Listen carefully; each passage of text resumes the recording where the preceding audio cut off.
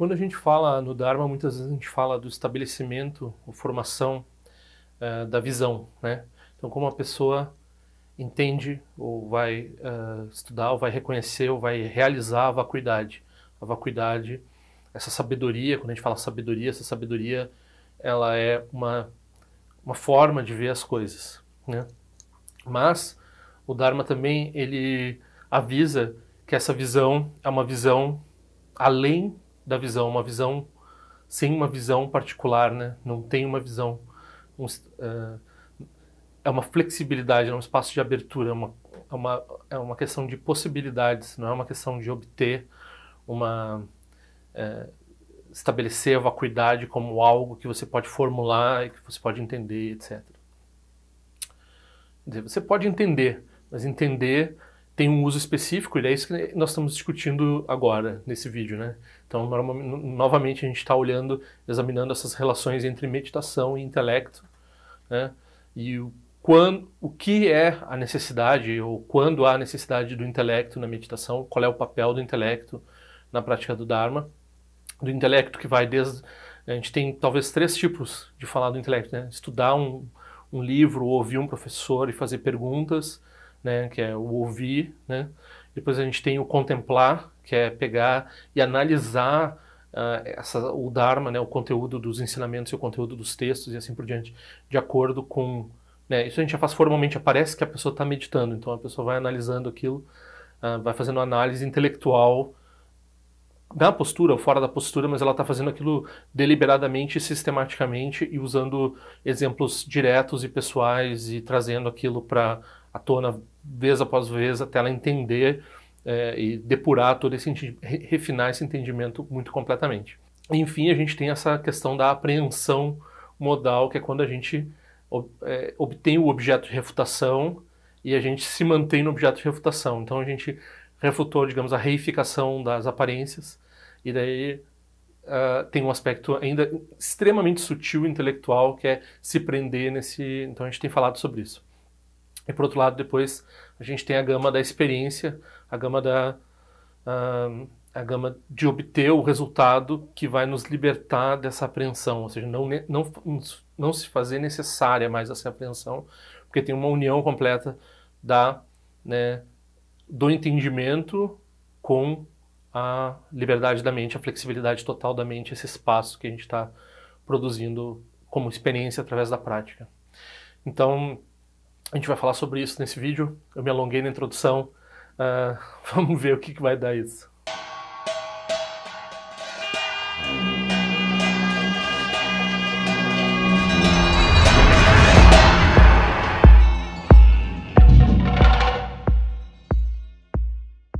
Quem quiser pedir os cartões, por favor, é só mandar o seu endereço de correspondência para esse e-mail aqui e eu vou estar enviando os cartões.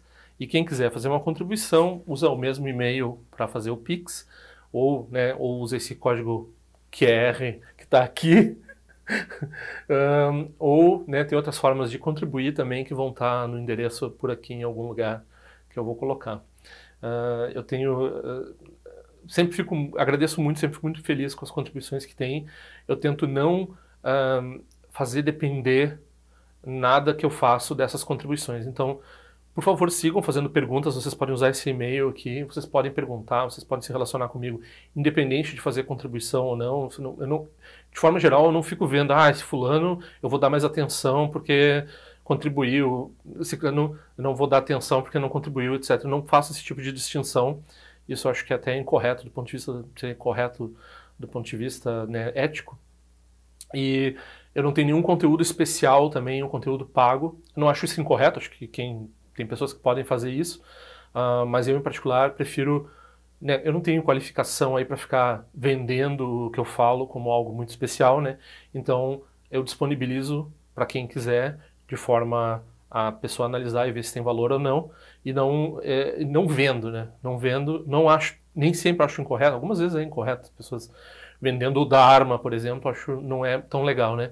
Mas porque as pessoas não têm uma tendência a contribuir, então fazer uma contribuição parcialmente obrigatória, assim, para ter certo acesso, não acho errado, né? Mas eu não faço isso, não pretendo fazer no futuro também. Eu não tenho ideia de fazer esse tipo de coisa, de dar, né, conteúdo específico para pessoas que assinam o canal, ou ter um conteúdo fora do YouTube, um fórum, uma coisa assim. Eu não pretendo fazer um jardim murado, né? Mesmo porque eu sou de uma cultura de conhecimento livre, né? Então, eu nunca... A maioria das coisas que eu aprendi, eu estudei, né, universidade pública, eu estudei segundo grau também público.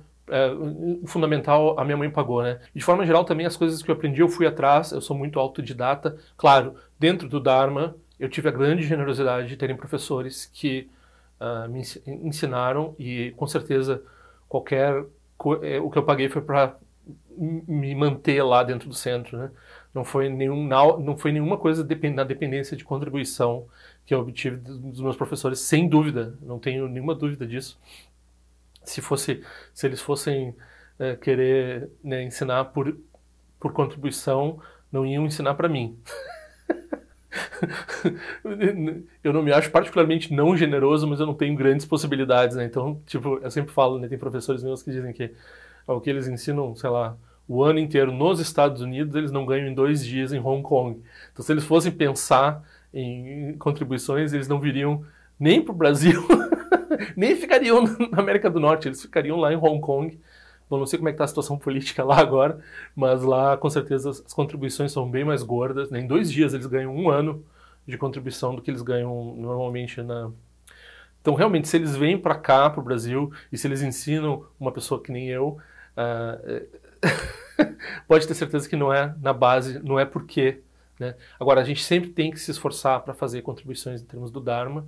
Eu convido vocês, né, a participar do meu próprio esforço, mas com certeza outros esforços que vocês possam contribuir para professores realmente qualificados, bem melhor para vocês, né? Então, me ajudem, mas, né, tem gente melhor para ajudar, com certeza. Esse aqui é o 400º, é esquisito mesmo, eu procurei na internet para saber como fala 400, né? Número cardial.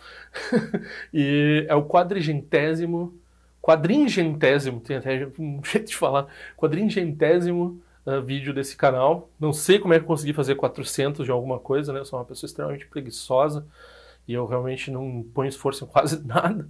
Então eu não fiz um evento especial pro 400º vídeo do canal, mas vamos ver no vídeo número 500, que eu vou ter que ler como é que é o 500º vídeo, como é que fala. E é claro, né, por favor, se vocês veem algum mérito no que eu estou fazendo aqui, vocês divulguem, mandem para pessoas que possam estar interessadas, e assinem o canal, muito importante para mim, deem like, façam comentários.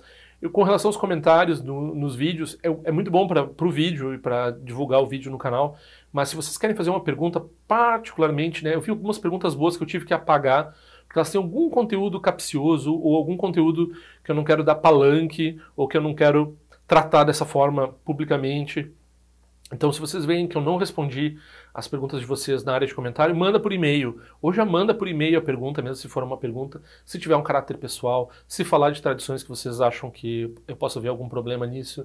Se vocês estão fazendo um comentário um pouco crítico, ou um pouco quanto ao meu trabalho, ou quanto ao Dharma, ou quanto a alguma coisa que vocês acham que não entendem muito bem por que está acontecendo. Então, normalmente eu não dou palanque para esse tipo de pergunta, né, na área de comentário para todo mundo ler, mas eu respondo 100%. Eu não tenho deixado pergunta para trás, né?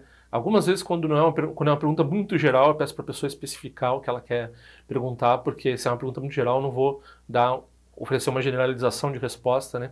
Então... Mas esse é o único tipo de pergunta que eu me esquivo um pouco a responder. De forma geral, eu respondo, e eu respondo a maioria dos e-mails. Vocês podem escrever para o conexõesauspiciosas@gmail.com, fazendo perguntas, participando do canal dessa forma. Algumas vezes eu acabo produzindo vídeo. Eu estou atrasado, né? Como vocês podem ver, fazia um bom tempo que eu não... Imagina o boletim informativo que eu não mando, acho que desde março, fevereiro desse ano. Eu pretendo mandar um ainda esse ano. Já estou falando isso, acho que uns 10 vídeos. E não se assustem se vocês assinaram, não receberam nada, que eu não mandei nada mesmo. Ultimamente eu não tenho mandado nada. Porque eu tenho que produzir o conteúdo, mesmo que não seja tanto conteúdo, eu tenho que dar uma olhada, ver o que eu quero realmente mandar para as pessoas. Então é uma coisa que exige pelo menos um dia de foco. Eu não tenho conseguido achar esse dia para fazer, né? Então, E eu tenho várias já questões que as pessoas fizeram que são válidas de fazer vídeo, tem vídeos prometidos já, e eu vou fazer na sequência. Eu demorei, porque eu sempre demoro um pouco para produzir os vídeos do... Esse aqui é um vídeo do Farol da Certeza. Hahaha, você foi enganado. Então, né, a gente tem essa série de vídeos sobre esse texto do Mipan Rinpoche, que é o Farol da Certeza. Esse aqui é o 39º vídeo dessa explicação, mas pode ficar aí, normalmente eu dou uma explicação, e principalmente hoje, que é o final da terceira questão, ele vai fazer um sumário, né? Então eu não sei se vai ter que dividir em 2 vídeos, mas eu vou tentar fazer em 1 ou 2 vídeos esse sumário final da terceira questão, e daí nós vamos entrar na 4ª questão. São 7 questões desse livro, O Farol da Certeza, que é um livro importante do Mipan Rinpoche, que é o que nós estamos trabalhando agora aqui nesse momento. Nós estamos falando do verso 3.2.3.1.1. Esses números se referem à análise estrutural, né, ou resumo estrutural que o próprio Mipan Rinpoche fez. Ou no caso, eu acho que esse resumo estrutural é do Trochu Jamdor, que é o comentário que a gente também está usando, né? Esse aqui é o livro que a gente está fazendo. O texto que a gente está tratando ele não é grande, mas como tem um comentário, tem uma explicação, tem um comentário do tradutor e assim por diante, ele acaba ficando esse livro enorme aqui. Então,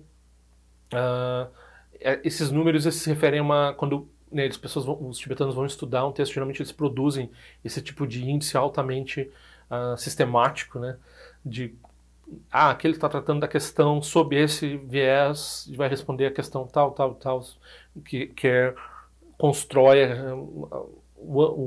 né, tudo indentado, né? Quem sabe programação sabe que tem uma coisa dentro da outra, aninhado, né?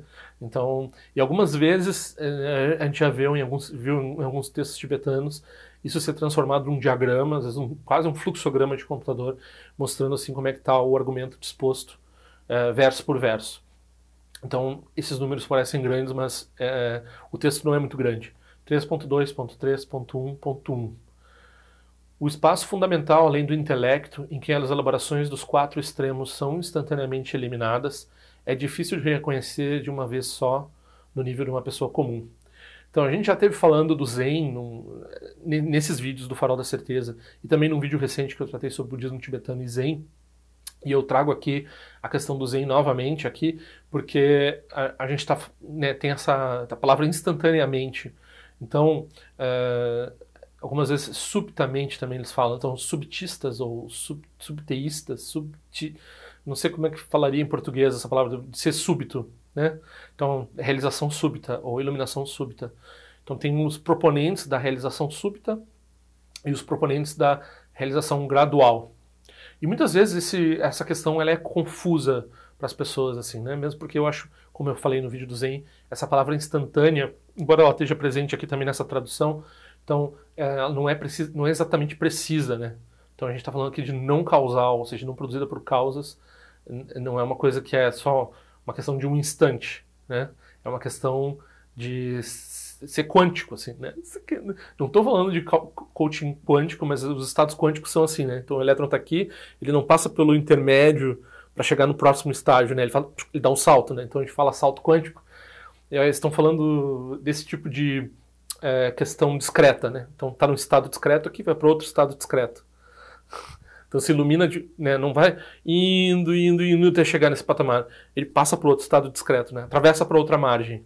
Então essa é uma versão dos fatos que existe dentro do Dharma, né? Mas o que está se dizendo aqui, e o que na verdade não é uma coisa...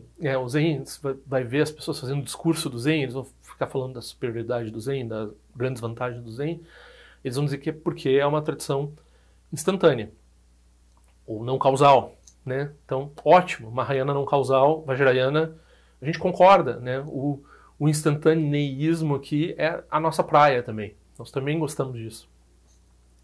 Mas, não só nós dizemos que isso não é para qualquer um, quanto o próprio Zen, vez após vez, diz que isso não é para qualquer um, isso é uma prática de elite. Né? Então, normalmente, o que eles fazem, eles põem, é como se fosse, né, o esperma que fecunda o óvulo. Né? Tem milhões ali fazendo zazen, e daí só um vai fazer esse salto para outro patamar. E é muito raro. Eles sabem que é muito raro. E o aproveitamento do que essas pessoas estão fazendo em termos de o que é instantâneo E elas estão praticando, segundo uma perspectiva instantânea, mas elas estão praticando, né? Elas estão botando esforço. Então, tem alguma coisa que parece gradual em botar esforço, em ficar sentado, né, na frente de uma parede de forma deliberada e assim por diante. Ou fazendo tradição de koans, o que seja, né? Então parece que tem uma, né, passa por uma... Até produzir aquele flash, aquele satori, depois aquele kensho, depois aquele não sei o que são realizações assim que parecem instantâneas, parece que tem um trabalho ali, né? Então parece que tem alguma coisa gradual também nesse pessoal. Então essa briga, que sim, essa tradição é mais instantânea, aquela tradição é menos instantânea, é mais gradual e assim por diante, essa é uma briga assim, tem pessoas que são mais capazes, tem pessoas que são que nem a gente. Então, os textos tibetanos, eles são sempre assim, né? Eles não vão dizer assim, a gente não vai dizer assim, quando eles dizem, ah, esse aqui é o texto para os mais inteligentes. Então a gente já se exclui, a gente diz, esse texto não é para nós. Esse texto é para alguém, né? A gente lê, e se a gente entender alguma coisa, melhor para nós, né? Mas a gente não assume que é para nós a prática superior, né? A gente... ou secretamente assume, se a gente assume, a gente não fala para ninguém. Porque é de totalmente mau gosto, né? O texto do Transhu Jandor diz que isso aqui é para árias, né? Para seres nobres, para seres que já realizaram a vacuidade, né? Então, seres que já estão, essa coisa instantânea é uma coisa, para seres que já têm isso, já tem esse, o impulso kármico de vidas anteriores, a prática deles se manifestou nessa vida e eles, o Dharma é muito simples para eles, eles só precisam, né? Como o patriarca Huineng, né? Que ele estava passando, assim, ele era uma pessoa de origem humildíssima, e ele estava passando quando alguém estava recitando o Sutra do Diamante, ouviu um verso do Sutra do Diamante, produziu a realização completa nele. Então é isso que a gente fala instantâneo, né? Mas quem era Huineng? Huineng era humilde, parecia essa aparência humilde, mas ele era realmente alguém que chegou ali do nada. A gente não sabe. A gente não sabe o que ele praticou em vidas passadas, a gente não sabe que tipo de bodhisattva ele já não era, talvez até mesmo sem se auto-reconhecer, né? Então a gente não assume que a gente está de posse dessa possibilidade não causal, dessa possibilidade instantânea, né? A gente pode ser que isso aconteça com a gente, mas a gente não assume isso. A gente vai fazendo esforço até, digamos, isso acontecer, né? Então, a gente está falando aqui o espaço fundamental além do intelecto. E aqui, algumas pessoas me escrevem assim, eu recentemente teve uma vez assim, não consigo entender, aí vem um aspecto lá do ensinamento, né? É óbvio que para nós é muito difícil de entender certas coisas. Por quê? Porque nós não estudamos, nós não somos familiarizados com o assunto. Daí, às vezes, quando a gente olha, né, um livro de matemática avançada, assim, a gente olha de cabeça para baixo, olha de lado, é tudo a mesma coisa para nós, que é um monte de símbolo, parece língua alienígena, né? Então o Dharma, por questão de familiaridade, ele pode ser muito difícil de entender. Então a pessoa está falando uma terminologia que ela tem um sentido específico dentro do Dharma, que o sentido específico vai ser aprendido no contato com os outros praticantes. A gente vai se apropriando de um sentido comum, né, para os termos que a gente utiliza no Dharma. E tem correções dentro disso, então a gente se apropria às vezes do sentido que não é perfeito, que é incompleto. Depois a gente né, tem uma professora minha que disse que demorou, grande professora, que demorou 22 anos para entender o sentido do termo mantra, né? As palavras mais comuns que toda pessoa repete pela rua, assim. Mas ela estava lá, praticando o budismo tibetano, recitando sei lá quantos milhões de mantras, fazendo tanto, não sei quanta prática. Daí ela, né, 22 anos depois, surgiu um instantâneo nela, né? Um instantâneo dela entendeu o que era mantra. Então, por uma questão, né, gradual, assim, do entendimento das palavras, e isso depende... Daí a pessoa vai dizer, mas eu vou estudar muito fortemente, eu vou estudar, né, vou me dedicar bastante, e isso vai acontecer. Se a pessoa não se dedicar, provavelmente não vai acontecer. Mas a dedicação apenas da pessoa a estudar e se familiarizar com as palavras, muitas vezes não é suficiente. Porque a pessoa precisa gerar um mérito, ela precisa encontrar essas palavras dentro de uma mente que está apropriada, que já se livrou de certos obscurecimentos, que já produziu certas causas, já produziu certos méritos, né? Já está de acordo, operando de acordo com certas atitudes, né? Então, aí, quando essa mente está aberta de um jeito específico, receptiva de um jeito específico para esse ensinamento vai ser entendido. Então, mesmo o intelecto, ele não é bem assim. O intelecto não é só intelecto. Se fosse só intelecto, né, uma pessoa muito inteligente seria boa. Né? A gente sabe que a pessoa inteligente, ética e ser muito inteligente não está necessariamente junto um com o outro, né? Então, no Dharma, ética e inteligência tem que estar juntos um com o outro, porque é uma inteligência específica que vai entender o Dharma, é uma inteligência ética, é uma inteligência não só ética, né? Ética é um exemplo para a pessoa entender que, né, tem gênio do mal aí. Tem muita gente inteligente que não está produzindo benefício nenhum para si nem para os outros, né? Então, só a pessoa pensar forte não vai produzir o Dharma. Pensar forte sozinho ainda é perigosíssimo. Só pensar forte não adianta. Então, você diz assim, eu não entendo. Tá falando dela, né? Eu não entendo, não quer dizer que a coisa seja incompreensível. Ela tá falando dela. E daí, muitas vezes é óbvio o tipo de obscurecimento, principalmente nas questões mais... usar a palavra metafísica, mas não são questões metafísicas, né? Elas são questões de ataque à metafísica. Então é porque a pessoa tem uma predisposição metafísica lá, geralmente de base teísta, de base na cultura, né, eurocêntrica, e daí que é o que é nosso background, e quando a pessoa vai tentar entender aquilo, ela já está pronta. Às vezes ela transforma todo o Dharma, né? A gente vê pessoas extremamente errôneas, porque transformam todo o Dharma, toda a visão do Dharma, né? Elas não estão em contato assim, com uma tradição, elas formam uma tradição própria, e daí elas estão produzindo, na verdade, às vezes acontece assim. Vocês no Brasil, não sei se tem, talvez um ou outro desqualificado que transformaram todo o Dharma numa coisa teísta, numa coisa eternalista, dizendo que na Europa está na frente do Dharma, assim. Tem, às vezes tem. Então as elaborações dos 4 extremos são instantaneamente eliminadas, né? Negar, afirmar, tanto negar quanto afirmar, nem negar, nem afirmar. Esses são os 4 extremos, né? Caminho do meio está além dos 4 extremos, 16 extremos. Daí vai fazendo combinações dessas coisas, vai produzindo assim né, que nem aquela história do tabuleiro de xadrez, vai ter obscurecimento 1, obscurecimento 2, 4, 8, né? Vai botando, chega na metade do tabuleiro, porque 2 na 64 é um número bem grande, né? Então, tem, além de todas as possibilidades de visão extremista. Bom, e ainda nesse primeiro verso, não sei se já vai estar comentando um pouco o que vem depois, mas eu já quero falar assim dessa questão de, né, que eu já estou dizendo da pessoa achar que o intelecto é suficiente. O intelecto, ele não é suficiente, mas geralmente ele é necessário. Então o intelecto vai, através da prática do Dharma, você vai ver as limitações, reconhecer as limitações do intelecto. Então, não é que você ganhe por decreto uma coisa, não, o Dharma está além do intelecto, então você aceita isso por decreto. Você vai usando o intelecto, mas você vai usando o intelecto com uma honestidade tal que as limitações do intelecto se revelam.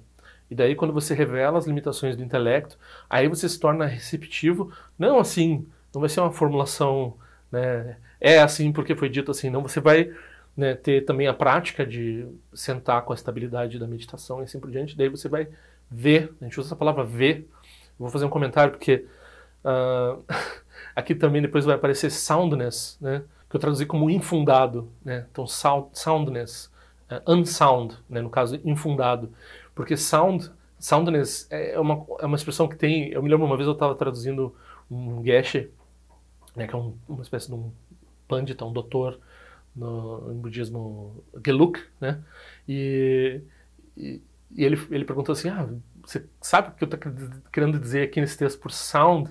Né, porque é um erro de tradução fácil da pessoa fazer, não, está falando de som, né, vai traduzir som para as pessoas, né, mas como eu tinha feito filosofia, né, a gente sabe o que é soundness, que é a correção de um argumento, né, então um argumento é correto, é sound, ele soa bem, mas não é que ele soa bem, né, é porque ele está ele é sound, ele é perfeito, ele não tem problema formal no argumento. Então, se não tem um problema formal no argumento, ele é sound. Se ele tem um problema formal, ele é infundado, né? Ele não pode ser... problema formal quer dizer que, né, não fere regras da lógica, lá da inferência, etc. Não pode se estabelecer. E daí, é curioso que daí a gente está falando da visão além da visão. Então, soundness, a gente tem essa coisa de usar o som para falar de um programa, assim, de entendimento de um argumento, de uma exposição a respeito de uma coisa, uma preleção, né? Então, isso aí tem lógica, faz sentido, né? E não tem lógica, faz sentido porque soa bem. É o contrário. Parece que soa bem, mas é porque está correto. E pode ser estabelecido como correto por prova e assim por diante, né? E da mesma forma a palavra visão. Então a gente usa a palavra som para falar de correção lógica e a gente fala visão para o entendimento, para o reconhecimento da vacuidade, né? Então é engraçado que a gente usa os sentidos físicos. É um pouco como se usa também a palavra espaço para falar da realização do Buda. A realização do Buda é como o espaço. Daí tem várias coisas, assim, ela é, em certo sentido, permanente, né? Então, o espaço da xícara, você pode ter uma possibilidade de botar café, tem uma possibilidade de botar chá. Se você quebra a xícara, é só uma união do espaço de dentro da xícara com o espaço de fora. Então, você está falando do espaço, parece que fazendo uma analogia com a mente do Buda. A mente do Buda não é espaço, mas aí você entende algo sobre a mente do Buda refletindo sobre certas características do espaço. Da mesma forma, você entende algo sobre lógica, refletindo talvez sobre certas características do som, o entendimento do que é o som, o que é soar bem uma coisa, o que faz soar bem um argumento. Aí eles foram estudar e aí descobriram, tem argumento que né, fere as regras da lógica, não vai soar bem. Então a pessoa tem um gut feeling dela lá, quando ela ouve, que não fecha, mas ela vai lá e verifica por que não fecha o argumento, né? Então, tem a ver, eles falam isso em termos do ouvir. Então, né? Porque a pessoa não é burra quando ela está ouvindo, ela tem uma inteligência já que está produzindo se tem entendimento naquilo ou não, né? Então isso é interessante. É uma analogia, não quer dizer que tem um som correto quando a coisa está correta. Não é o som que está correto, não é o som que está correto. E assim não é a visão também de ver que está vendo, né, a vacuidade, obviamente, né? Mas tem uma analogia também com o aspecto da visão. Também, por esse motivo, talvez a gente fale de, né, a meditação ela tem, em termos de yoga, de posição do corpo, do que a gente faz, de ficar com o olho aberto e de ficar ouvindo as coisas, né? Então isso tem alguma relação, esses aspectos. 3.2.3.1.2. O sistema de estudo e reflexão serve para a eliminação das elaborações dos 4 extremos passo a passo, gradual. Então, você estuda e reflete sobre o Dharma para eliminar as elaborações dos 4 extremos, né? Então esses obscurecimentos são essa miríade, esses 2 na 64, muito mais Googleplex de elaborações que você cria em torno de afirmar, negar, tanto afirmar quanto negar, nem afirmar nem não negar, né? Então com relação ao quê? As aparências, né? Então você quer dizer que a coisa, né?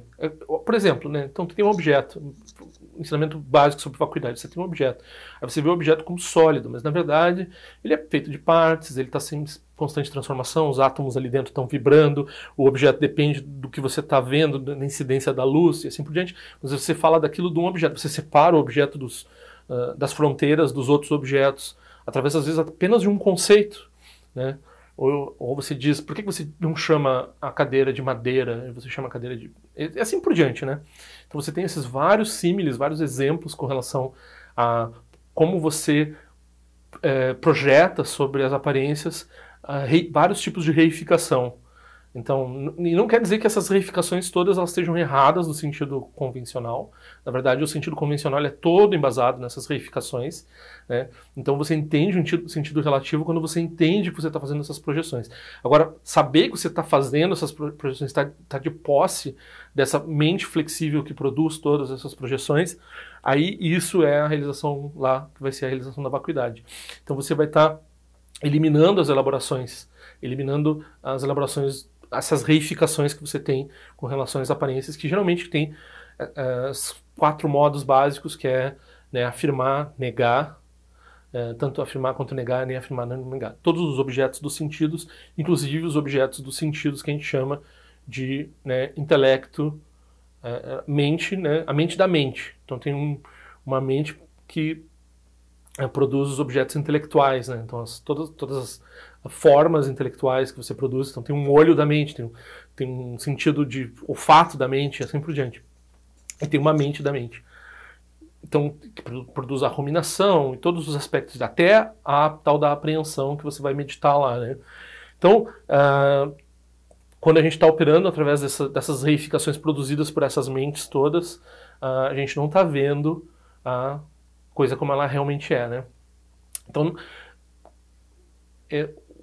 quando a gente está fazendo estudo e reflexão, a gente se acostuma com esse estado, né? Na medida em que nos acostumamos com ele, cada vez mais cresce a certeza. Então, porque a gente vai, através do intelecto, reduzindo esses obscurecimentos, ou pelo menos desafiando eles, aí cresce a certeza no Dharma. Então, é por isso que esse aspecto gradual é importante, né? Então, a pessoa ganha confiança na prática do Dharma através da análise, através da contemplação, através de ouvir os ensinamentos. Então, isso que faz que a reificação equivocada se dissipe. A outra pessoa lá, que vai além das 4 instantaneamente, ela não precisa passar por esse processo gradual. Ele já não reifica nada, não está fazendo. Mas quando a gente tem o intelecto, a gente vai fazendo dissipar essas reificações, e daí ele vai cada vez revelando mais essa lua crescente, né? A visão infundada, 3.2.3.2, a visão infundada que não apreende a nada. Então a gente estava falando das meditações errôneas que começam com um decreto de não apreensão, né? Então o objeto não é aprender nada específico, mas se você se recusa a aprender, né, a focar um objeto que seja ou outro que seja, então você tem, por decreto, assim, você produz um coma mental, uma espécie de ausência, estado de ausência por decreto, assim, aí isso é um problema grave. Então, eu não diria que o Zen faz isso, mas o Zen às vezes faz isso, como o budismo tibetano, às vezes as pessoas caem nesse tipo de armadilha, e daí tem remédios, ensinamentos específicos sobre isso, e os budistas, por acaso, o pessoal do Zen que tentou entrar no Tibete, como eu já falei em outro vídeo, eles talvez estivessem propondo algo assim, ou foram entendidos dessa forma e foram refutados, né? Então, não é essa a meditação. Tem uma diferença aqui entre uma meditação além do intelecto qualificada. Tem várias formas de não conceitualidade além do intelecto. Tem algumas que são qualificadas, como algo que vai produzir obstáculo, não vai produzir iluminação, pelo contrário, e tem algumas que, ou uma, pelo menos, uma forma que é livre e que tem a sabedoria mesmo, né? Não tem só, tá além do intelecto, mas tem a sabedoria. A visão infundada que nada apreende, não se ocupa, por decreto produz que, né, não pensa em nada, não faz nada, tá tudo resolvido, foca no, sei lá, no não focar, assim, simplesmente, né, por decreto. Não produz a confiança de que nenhuma entidade real é estabelecida em qualquer lugar. Então, na verdade, você está, né, superimpondo uma parede, não vamos falar uma parede, mas está superimpondo assim, um branco por cima das aparências e dizendo, todas as aparências são a mesma coisa, assim por diante. E daí, na verdade, você está só botando um conceito e dizendo que é um não conceito, que é não conceitual. Na verdade, é isso que eles estão fazendo. Eles estão meditando sobre sobre uma ausência de conceito que é, na verdade, um particular, né? E daí eles estão dizendo que isso é não particular. Então essa é a armadilha comum, né? Então esse tipo de prática não vai remover os obscurecimentos. Daí aqui ele vai dizer na cara, assim, né? Então se a pessoa fizer essa prática, ela não vai obter as qualidades do Buda. Se a pessoa fizer essa prática de não conceitualidade por decreto, de não apenas obedeça a não apreensão, né? Entre uma pessoa que é sublime e que reconhece diretamente o que está além do intelecto e consegue praticar ali e está sempre revelando essas qualidades, e uma pessoa que é um idiota que ouve a respeito disso e diz, eu sou um instantaneísta e eu estou revelando isso, estou praticando nisso, estou além Então tem uma diferença extrema, né? Essa pessoa não desenvolve qualidade nenhuma, não produz nenhum tipo de ajuda nem para si mesmo nem para os outros, né? Então esse tipo de prática é totalmente absurdo a pessoa entrar nesse tipo de prática. Então, parece, né, se a gente fala para alguém que não está acompanhando o que a gente está explicando aqui, se a gente fala do não conceitual, parece que é uma coisa só. Então, a pessoa não pensa em nada, né? Então, tem uma diferença entre uma pessoa não ter uma visão particular, não reificar as coisas, não cair nos extremos, que é a liberação, que é reconhecer a vacuidade, que é o que os Budas ensinam, e um decreto de dizer é não conceitual, é instantâneo, e você está lá e você está lá não vendo nada, né? Não vendo nada especial. Será? Será que isso é suficiente? A gente vai saber se isso é diferente o suficiente na medida em que a gente entende a diferença entre essas duas coisas, né? É importante que esse estado é tão comum que ele está sempre sendo repetido aqui. Então é comum a pessoa confundir uma coisa com a outra. Imagina para quem não entende do Dharma, né? Para quem não estudou e para quem não ficou ouvindo falar sobre essa diferença várias vezes, né? Então é uma coisa mais comum a pessoa confundir uma coisa com a outra. E é comum entrar nesse estado também quando a pessoa está meditando. Então, geralmente, quando a gente recebe um ensinamento de meditação, a gente vai receber advertências sobre esse estado, que é um estado de sonolência, que é um estado de torpor, é um torpor sutil. Tem um estado de sonolência, depois tem um estado de torpor sutil, depois tem um estado de fixação na não conceitualidade, na ausência, que todos esses estados são estados de reificação e problemas, né? E quando a gente meditar, a gente vai encontrar esses estados. Então se a gente não tiver mérito de vidas passadas, ser um ser sublime, ou um professor muito qualificado, ou acesso aos ensinamentos, a gente vai cair nessas armadilhas e vai produzir o quê? Um renascimento como animal, um renascimento como Deus, no reino da forma, da não forma e do desejo, né? Então não tem vantagem nenhuma, não vai produzir as qualidades do Dharma, né? No próximo verso ele vai dizer isso, 3.2.3.3.1. Se você, né, o exemplo clássico de inferência no Dharma é se você vê fumaça, é porque tem fogo, né? Então, até acho que se fala isso em português bastante, mas no debate no Dharma, esse é o exemplo que eles usam, os monges brigando lá uns com os outros, eles estão falando de lógica, e quando eles vão falar de lógica que inclui, né, no caso do budismo, epistemologia e tal, então quando eles estão falando de estabelecer que algo é verdadeiro, então eles estão falando de inferência, então estão falando que tu vê uma causa e uma condição a respeito de uma coisa. Então, um exemplo, normalmente, claro, a gente sabe que em casos extremos a gente vai encontrar fumaça sem fogo, mas se você vê lá na colina, né, no caso de um tibetano, lá do outro lado, se você vê fumaça, com as qualidades de fumaça, você não vai encontrar fumaça sem o fogo, né? Então você assume que tem fogo lá. Então, lógica 01 para eles, assim, lógica e epistemologia.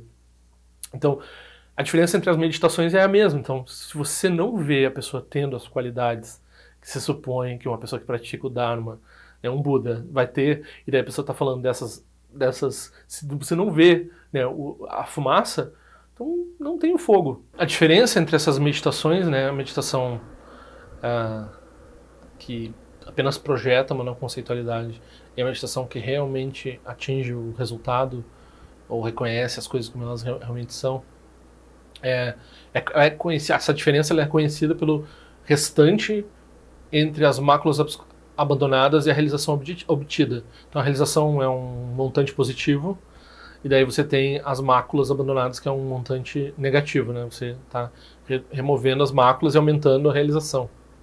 Então se não sobrar, né, se tiver um restante, tiver uma sobra aí ainda, ou seja, você não abandonou todas as máculas, ou você não atingiu a realização completa ainda, então é porque você está meditando na forma problemática, né?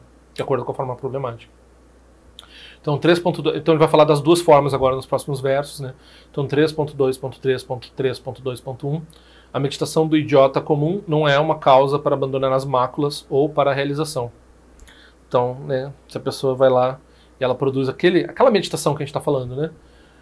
Uma vez que o obstáculo para a produção de boas qualidades é um obstáculo para a produção de boas qualidades, você meditar, né, apenas num decreto de não conceitualidade, né? Ou num estado de ausência qualquer, assim. É como passar o chá pelo coador de novo, né? Então, você já está com o produto da coisa, você vai só passar por um processo para obter a mesma coisa, ou pior ainda, porque daí você vai chamar de chá o que sobrou, né, que não sobra nada, só sobra os resíduos, assim, problemáticos, né? Então não resolve nada. O aprendizado escritural e a realização se esvaem e as perturbações emocionais se acumulam, né? Então tu está passando, coando o chá, tu pega aquele resíduo que tem do chá lá, aquilo vai ficando cada vez maior, né, no coador. E a realização está indo embora, que é o próprio chá, né? Então não tem vantagem nenhuma. Eu demorei para entender essa analogia aqui, só foi possível pelo comentário do Trochu Jandor, né? Então, que ele estava falando de coar o chá mesmo, não coar, fazer o chá com o coador, né? Ele está falando assim, o chá está pronto, e daí você vai coar o chá de novo, né? Em particular, aqui é muito importante, a confiança em causa e efeito fica diminuída. Então eu já falei no vídeo lá sobre Zen budismo tibetano. Na verdade, eu pessoalmente, eu nunca vi um professor do Zen falando que você não precisa gerar mérito, né? Mas eu tenho visto pessoas falando que elas ouviram isso de professores Zen aqui no Brasil. Como eu não estou ouvindo o ensinamento o tempo todo do Zen, principalmente professores brasileiros, eu não sei, realmente é possível que esteja falando esse tipo de coisa. Aí a gente já vê qual é a meditação deles. Eles estão meditando que nem o Rasham Mahayana, né? Aquele professor que não conseguiu entrar no Tibete porque a meditação dele foi considerada errônea. Então, se a pessoa medita, né? Aqui a discussão aqui é entre Geluk e Nyingma, principalmente. E os Geluk acusam o Nyingma de, né, não terem um comportamento ético, de serem muito mais deslocados do que eles, né? Então essa é uma acusação, assim, digamos assim, anedotal, né? Então a maioria das pessoas vai fazer essa relação. Na verdade, a gente vai encontrar maus exemplos nas duas tradições e bons exemplos nas duas tradições. Talvez, dependendo da época, possa ter uma variação entre uma e outra, né? Mas não é a questão principal da diferença entre as tradições, o fato de umas aderirem super bem, né? Os bons, né? Os Gelupa, os virtuosos, né? Então, não é exatamente essa a diferença. E aqui, o Mipa Rinpoche está concordando com a Geluk. Se a pessoa pratica direito, né, o que a Nyingma ensina, o que, né, essa realização não conceitual, que a Geluk também ensina. Só que daí, claro, tem essa discussão sobre até onde vai essa não apreensão e tal, que nós já falamos nos versos anteriores, mas aqui ele está dizendo assim, não, a gente concorda, se a pessoa pratica certo, ela vai entender mais ainda o relativo, porque tem uma confluência, tem uma união entre relativo e absoluto. Então ela vai entender mais causa e efeito. Então ela vai ser mais ética. Então ela vai ser mais de acordo com o que o Buda ensinou. Inclusive preceitos, né? Então, se a pessoa for diferente, se ela produzir uma visão que ela está dizendo por aí, né, tem essa história famosa do Dudjom Rinpoche, que a pessoa ouviu esses ensinamentos não causais, que vão além de karma, né? E daí a pessoa saiu por aí espalhando que se fizer ação não virtuosa não dá nada, e se fizer ação virtuosa também não produz mérito, não produz karma, né? Ou se produz, tanto faz, porque eu estou na realização. O Dudjom Rinpoche chegou, né? Não foi com uma espingarda, né? Ele foi com uma espada, um aluno dele, né? Ele cometeu esse ato, assim, de dividir o cara ao meio, né? Então, ele era um mestre um pouco irado, assim. Você vai além de causalidade, é esse tipo de fim que espera você, assim, né? E daí se você está ensinando isso para os outros, que nem esse cara estava fazendo, aí os protetores, né? Aí a situação fica grave para você, assim, não é uma coisa muito... Então, se tem aí um professor do Zen dizendo que, né, o Zen não é um caminho gradual, então o Zen não tem geração de mérito, perigo. Como eu estava falando no vídeo também anterior, quando a gente fala geração de mérito do ponto de vista causal, a gente está falando de algo para produzir, né? Não é produzir iluminação, é produzir a possibilidade dessa realização instantânea. Então, porque tem pessoas que têm essa possibilidade e pessoas que não têm, isso todo mundo reconhece. Por que tem essa diferença? Por questão de mérito. Aí depois da realização, né, quando a gente está falando do mérito no sentido não causal, a gente está falando da ação iluminada, né? Karma. Uma karma, né, como se fosse a família karma. Aí a ação iluminada dos Budas. A ação iluminada dos Budas, ela é não causal. Então, ela é feita do ponto de vista... Ela parece mérito para quem está olhando. Quem olha assim não sabe que a pessoa é um Buda, parece que aquele cara está gerando mérito. O Guru Rinpoche parece que está praticando. O Guru Rinpoche parece que está... O Guru Rinpoche já surgiu iluminado. Ele não precisava praticar, não precisava aprender, não precisava estudar sobre um lama, não precisava ter mestre, não precisava fazer nada, porque já era iluminado. Mas ele parece passar por esse caminho como uma expressão da iluminação dele. Então, quando a gente fala de mérito no escopo causal, a gente está falando de algo para chegar em algum lugar. Quando a gente está falando de mérito no sentido não causal, a gente está falando de ação como uma expressão das qualidades da mente iluminada, né? Então, cuidado. Se a pessoa não tiver de acordo com a ética budista, não tiver de acordo com as qualidades da mente, né, compaixão, amor, alegria, assim por diante, ela não está fazendo a meditação certa. Se ela diz que está fazendo uma meditação, ela está fazendo, né, uma meditação errada. E aqui tem uma confluência aqui entre o entendimento do Atisha, o entendimento do Tsongkhapa, o entendimento do Guru Rinpoche, o entendimento do Mipan Rinpoche, o entendimento de todos esses professores tibetanos. E, na verdade, também acredito, não sempre respeito isso, acho que esse ensinamento, tenho certeza que esse ensinamento, porque se tem seres realizados no Zen, e meu professor disse que tem seres realizados no Zen, então eles têm esse ensinamento que une relativo e absoluto, então eles têm esse ensinamento que entende mérito, não só da forma causal, como da forma não causal. Então eles também sabem como lidar com o gradual e com o instantâneo, né? Podem frisar o instantâneo, não tem problema nenhum em frisar o instantâneo, né? Questão de ênfase daí. Questão de ênfase é uma coisa. Eles têm o ensinamento Pali, eles têm o cânone Mahayana, eles não são uma coisa desvinculada do budismo. Se eles forem uma coisa desvinculada do budismo, a gente não precisa nem falar sobre eles, né? Então, se eles estão vinculados ao budismo é porque eles têm mérito, é porque eles têm karma, é porque eles têm um ensinamento relativo do Dharma, porque eles têm as qualidades do Buda, porque eles têm a realização do Buda e assim por diante. E eu acredito piamente. Não estou sendo sectário aqui, né? Estou dizendo, vamos separar o joio do trigo. Tem visões errôneas por todo lado, tem visões errôneas entre praticantes Nyingma, entre praticantes Gelug, entre praticantes do Zen, e tem visões, né? Tem visões, não é um tokurt de dizer que o Zen não, de forma alguma. Eles têm essas qualidades, eles sabem fazer essa diferença e eles sabem produzir essa realização. Então dá para ver que está dizendo que dá para ver, em particular, a confiança na causa e efeito fica diminuída. Se você vê uma pessoa que está meditando um monte lá e está diminuindo a ação ética dele, diminuindo as qualidades como sabedoria e assim por diante, é porque ela está meditando daquele jeito lá, que nem uma pedra, né? Naquela não mente. Tem um jeito de falar não mente que é correto e tem um jeito de falar não mente que é esse problema aqui. Então essa palavra dá essa abertura para esses dois escopos aqui, né? Então cuidado. Caso alguém tenha os olhos da visão autêntica, né? Então a gente está falando aqui, visão autêntica reconhece a vacuidade, reconhece essas diferenças, né? O aprendizado a partir das escrituras, a experiência e a realização fulguram. As três coisas fulguram. Então a pessoa se mostra alguém que entende o Dharma, né? Porque ela consegue entender o Dharma, porque ela olha para os textos e ela vê o entendimento dela ali. Ela tem as experiências correspondentes a essas, né? Através da prática. E a realização, ela obtém, né? Essas qualidades se evidenciam nessa pessoa, né? Então essas três coisas acontecem. Então, porque ela reconhece a vacuidade, por virtude de reconhecer a vacuidade, a confiança em verdade relativa e infalível de causa e efeito. Então, ao reconhecer o definitivo, ela reconhece o relativo, é confluente, né? Não tem separação. Quando tiver separação, você reconhece uma vacuidade que exclui a interdependência, que exclui o mérito, que exclui assim, a causa e efeito, karma, por exemplo.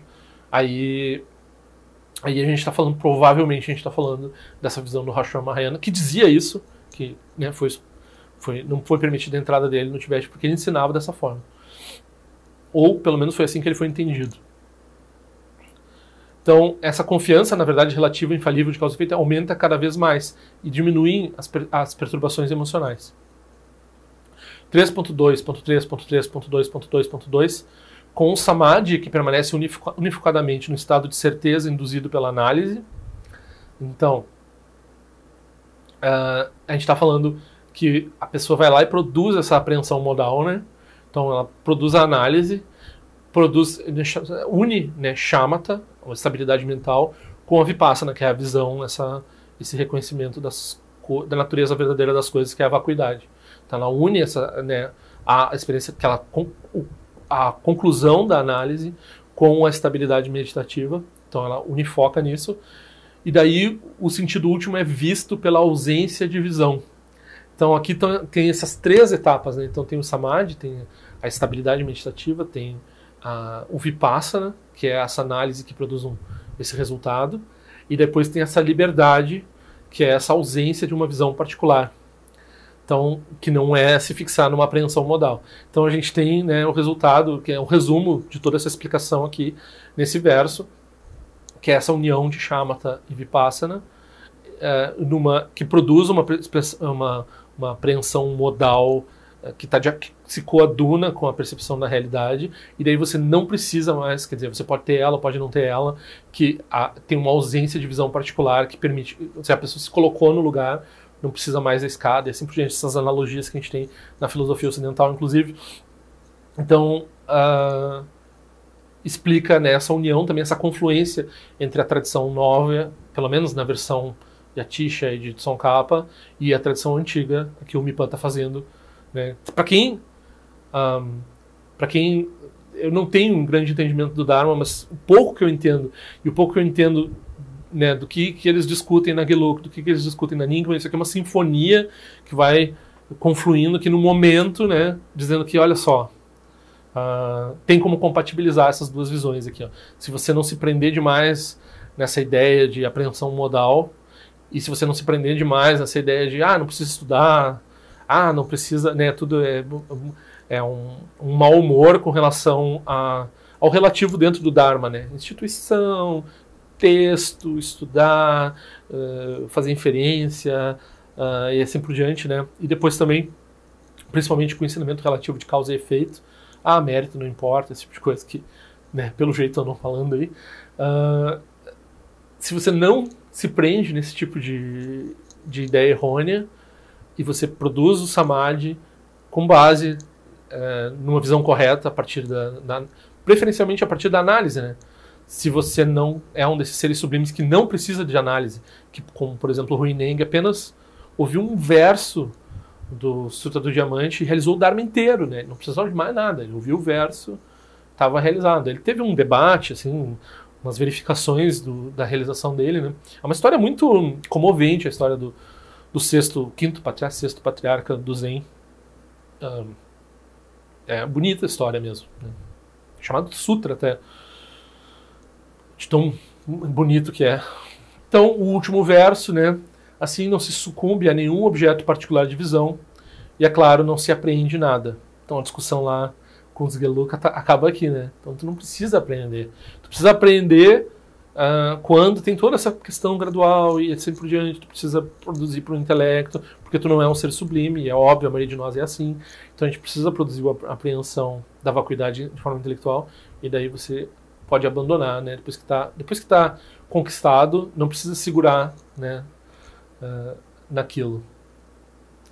Então é como o paladar de um mudo que sente o gosto do melado. Ele não precisa dizer que é doce. Dizer que é doce ele não consegue dizer porque ele é mudo, né? Mas ele sabe que é doce, né? Então é assim que a experiência da realização é descrita, né? Então quando a gente prova o açúcar, a gente pode dizer, uma pessoa que não tem o sentido do paladar não vai saber o que é açúcar, né? Mas a gente sabe o que é. Dizer não faz a menor diferença. Então a confiança cresce no yogi que a cultiva. Mas apenas a análise não vai produzir essa confiança. Então se a pessoa cultivar a confiança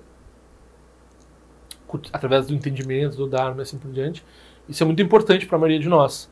Mas se você só faz isso sem, né, dar esse salto aqui quântico, né, instantaneísta que eles estão falando, que o Zen e a Nyingma às vezes brigam com relação a Geluk, né?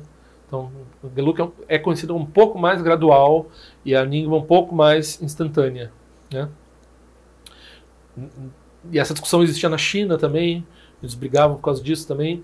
Então, meramente o gradual não vai produzir a realização. Tem que haver essa experiência direta, né? Mas para a maioria das pessoas, essa experiência direta não é acessível diretamente. Então, aí a gente produz um caminho. Não tem nenhum problema no caminho. O caminho está dentro dessas causas e condições que são unidas entre relativo e absoluto, né? Então tem essa confluência entre relativo e absoluto, produz o caminho.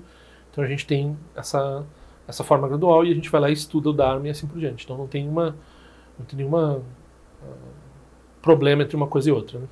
Então aqui a gente encerra a quarta questão do Farol da Certeza, e como eu digo no vídeo, geralmente, que está sempre aí no final dos vídeos, né, eu espero, depois da pandemia, que a gente se encontre na prática do Dharma, né? Isso é uma coisa que faz diferença, realmente.